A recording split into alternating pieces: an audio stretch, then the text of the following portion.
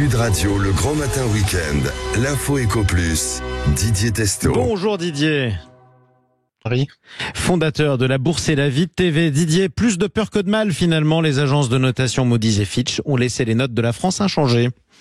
Alors c'est vrai que les décisions des agences de notation étaient scrutées de près par les médias et aussi par les responsables politiques. Alors il faut rappeler tout de même dans ce cadre que les institutions financières, les banques, les assureurs ou les fonds de pension font aussi leurs propres analyses. Elles n'attendent donc pas forcément celles de ces agences américaines aujourd'hui.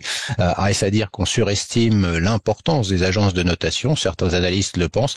Reste bien entendu que si la note avait été dégradée en pleine campagne électorale, l'opposition aurait eu beau jeu de dire, voyez, messieurs, la France est très mal gérée. Alors cela n'enlève rien au sujet de la dette française, mais il faut rappeler aussi qu'en avril 2023, la dégradation de la note par Fitch, c'était fin avril 2023, n'avait pas eu d'impact sur le spread. Ce qu'on appelle le spread, c'est l'écart de taux d'intérêt entre l'Allemagne et la France, puisqu'on va prendre celui qui est le mieux noté en Europe, en l'occurrence l'Allemagne.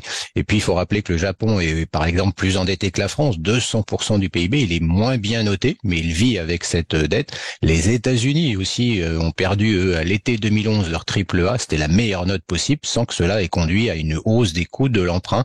Alors j'ai une citation à méditer qui figure sur la Bourse et la Vie que j'ai envie de partager avec nos auditeurs ce matin. Dans un interview, Rainer Worst, qui est l'ancien banquier d'affaires après la grande crise financière 2008, héros de Master of the Universe, qui disait « Les pays ne font pas faillite parce qu'ils ne peuvent plus payer, mais parce qu'on pense qu'ils ne peuvent plus payer. » Ce n'est pas la même chose. Alors prochain rendez-vous tout de même pour la France, ce sera le 31 mai avec une dernière agence, Standard & Poor's. Et c'est la plus puissante et ce sera juste avant les élections européennes, d'où le rendez-vous. Alors qu'est-ce que peut faire l'État pour réduire sa dette ou son déficit? On va en parler juste après le journal de 9h avec notre invité Didier. Autre actualité importante cette semaine, vous revenez sur la vente possible de Biogarant, spécialiste de médicaments génériques.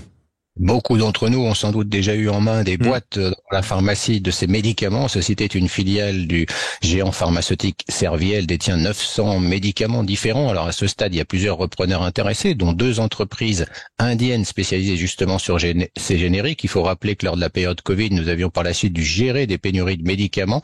Nous avions surtout constaté que les principes actifs des médicaments avaient été délocalisés en Inde ou en Chine. 50% de la production de Biogarant est effectuée aujourd'hui en France, 90% en Europe. Et le numéro 1 français de ces médicaments génériques emploie 8600 personnes. Et effectivement, ce qui fait beaucoup, Didier. Alors dans ce contexte, le gouvernement lance l'Alliance des médicaments critiques à Bruxelles. Oui, et avant cela, j'ai omis de vous dire que concernant cette vente, elle pourrait être bloquée par le ministre Roland Lescure, qui l'a indiqué sur un autre média. Si, cette vente se faisait auprès des Indiens. Alors Roland Lescure a appelé à renforcer les efforts de relocalisation au niveau européen. Il rappelle que 80% des principes actifs, ce qu'on disait, proviennent d'Asie.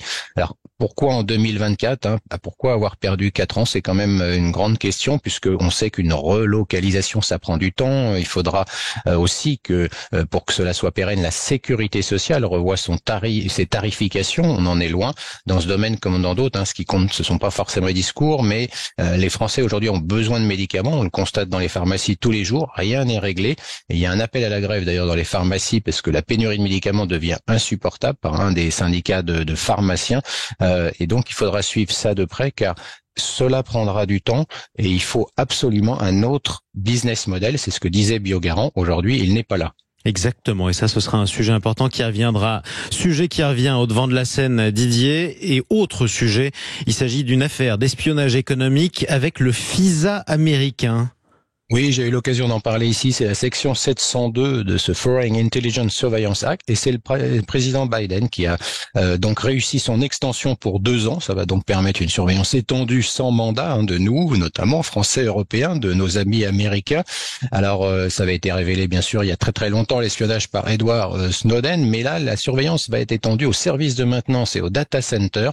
Donc toujours la même question en face, la France et l'Europe sont-elles capables de protéger leurs citoyens citoyens. Quand on parle d'indépendance d'un pays aujourd'hui, c'est pas seulement disposer d'un armement souverain, c'est être capable de protéger les données de ses citoyens. Aujourd'hui, on en est encore loin. Il n'y a pas vraiment de solution européenne. Et puis on a vu il y a quelque temps dans le domaine de la santé que c'était Microsoft qui récupérait la donne. La FISA, Foreign Intelligence, met une nouvelle lumière sur nos faiblesses. Bon, mais écoutez, on en reparlera aussi, malheureusement. Merci beaucoup Didier Testot. Toutes vos analyses à retrouver sur la Bourse et la Vie TV.